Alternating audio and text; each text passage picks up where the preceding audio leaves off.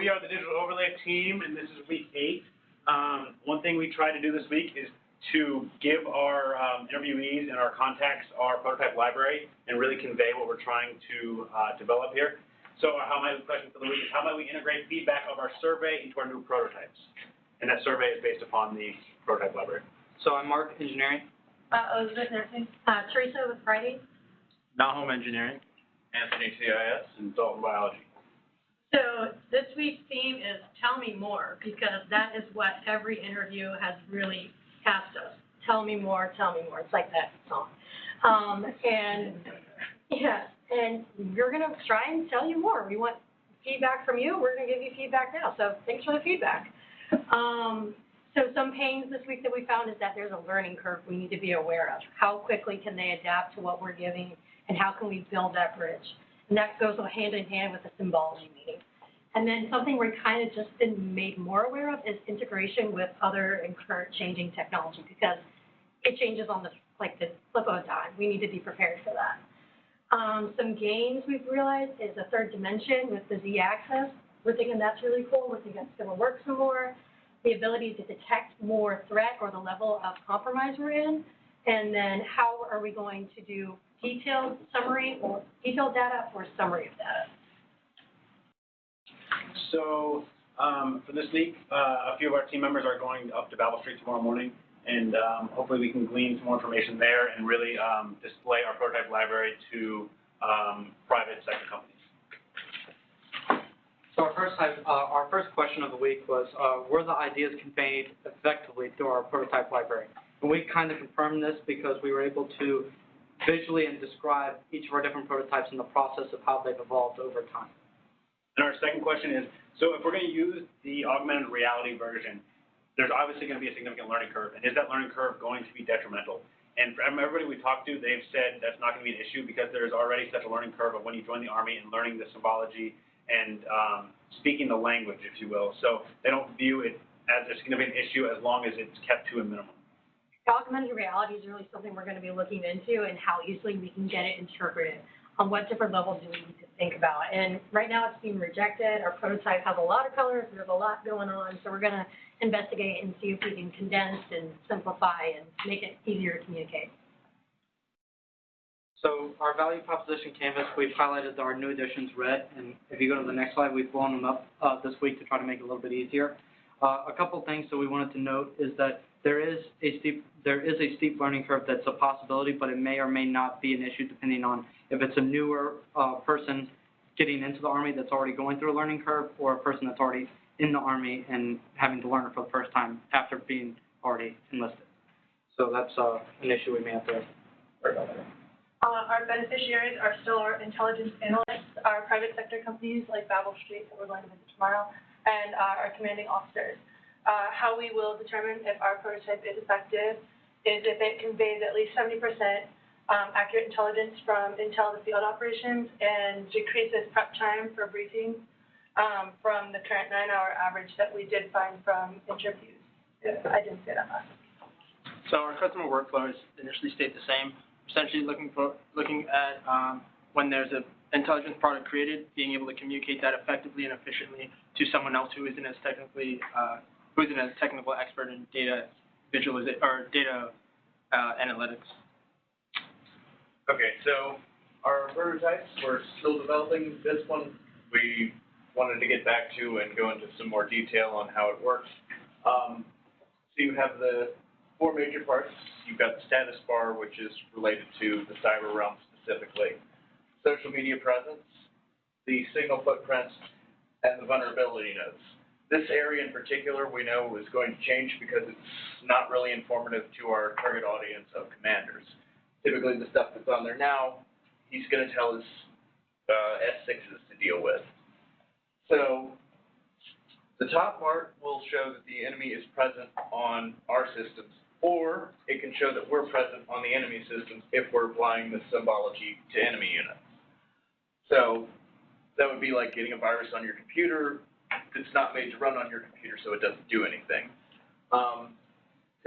The eye signifies that the enemy can sense what we sense, or that we can sense what the enemy senses. The 10 is for location, much like Google Maps. The ones and zeros, data, so can they see what's on our system, or can we see what files are on their system? And then finally, the intersected line is showing that communications can either be intercepted, read, and or spoofed. So this is based on from our example last week, how it would be employed. As you can see here, this shows how our units are. This shows how the enemy is. So in this case, they're well received by the local population. But we have access to everything except the data on their systems. So moving forward to like our augmented digital piece, which would be in a more advanced setting, which is what one of our sponsors and mentors kind of that we've kind of offered, like, things for where in a place that's not technically advanced, you can still use the previous MVP for more advanced areas where you have the technology to do this, which they said they do in anything that isn't like a moving vehicle. They like this. So this is like the same exact picture of being able to add like the digital layer, which is a bit, they like to use like using a cell phone or some type of digital glass. It is intuitive to the digital layer that you can't physically see with your naked eye. If you want to go to the next one. So what another thing is when you have a flat 2D image,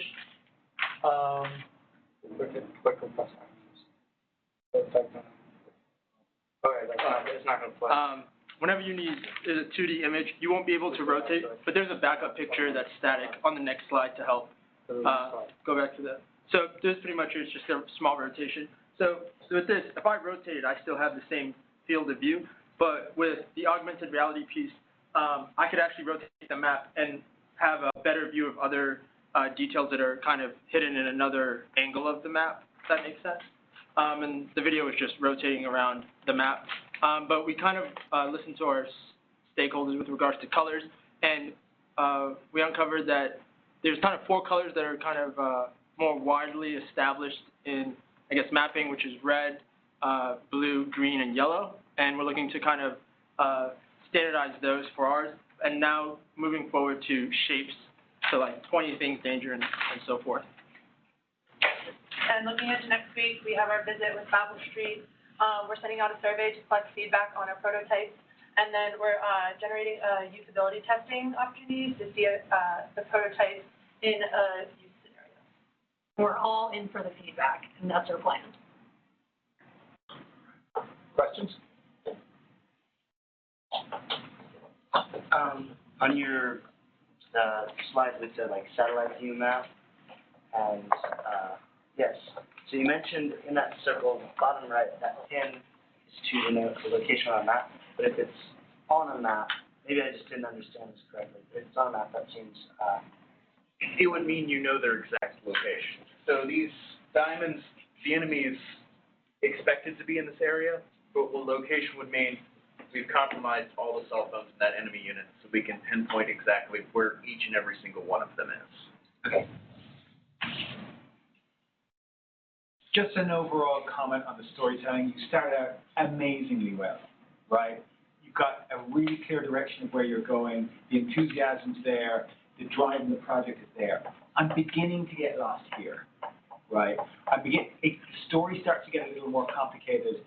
The prototype is still not, I think you need to give us a bit of background story as to why we've got 2 different MVPs and what conditions you use one over the other, and just a little more clarity as to what each of them are doing. Because I had the same problem last week, but you're really getting there in the overall story arc. But I don't know if anyone else feels that, but I thought it's just about here that you need to come up for air a bit and give us a bit more explanation as to what's going on. Because all of a sudden, we go from clear story to kind of trying to figure out what the symbology is, and it's a bit rough there. Does that make sense? The usability test that you were talking about for the next week, right? Do you have any, like, a high-level idea what that is going to be? Right now, we're brainstorming, so we're still in the brainstorming stage for that. But it is possible that our sponsor will set up an opportunity where we can actually see people that would be in this kind of scenario use our symbology, as well as possibly sit in on a demonstration of them as they are now, are approaching a similar scenario. just checking, is there a connection between your, major beneficiaries and the utility tax? Just making sure that you check that.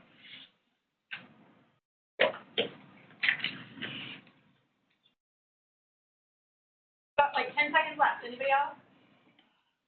So I'm gonna just jump in on what Sean said. The transition from the slide before this to here, so it's not necessarily clear the problem that is solved by the next slide. So, you follow what I'm saying?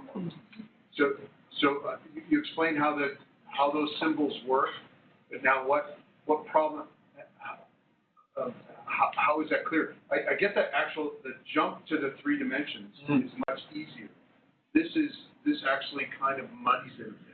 And I'm not sure, I think it sounds like almost like you've gone past this, and the 3-dimensional stuff is much clearer to understand. But there's a scenario that this is used, right? Isn't that your idea, that this is in a what scenario? Almost like in a, Semi-permissive environment counterinsurgency. Speak up. What? A semi-permissive environment fighting a counterinsurgency.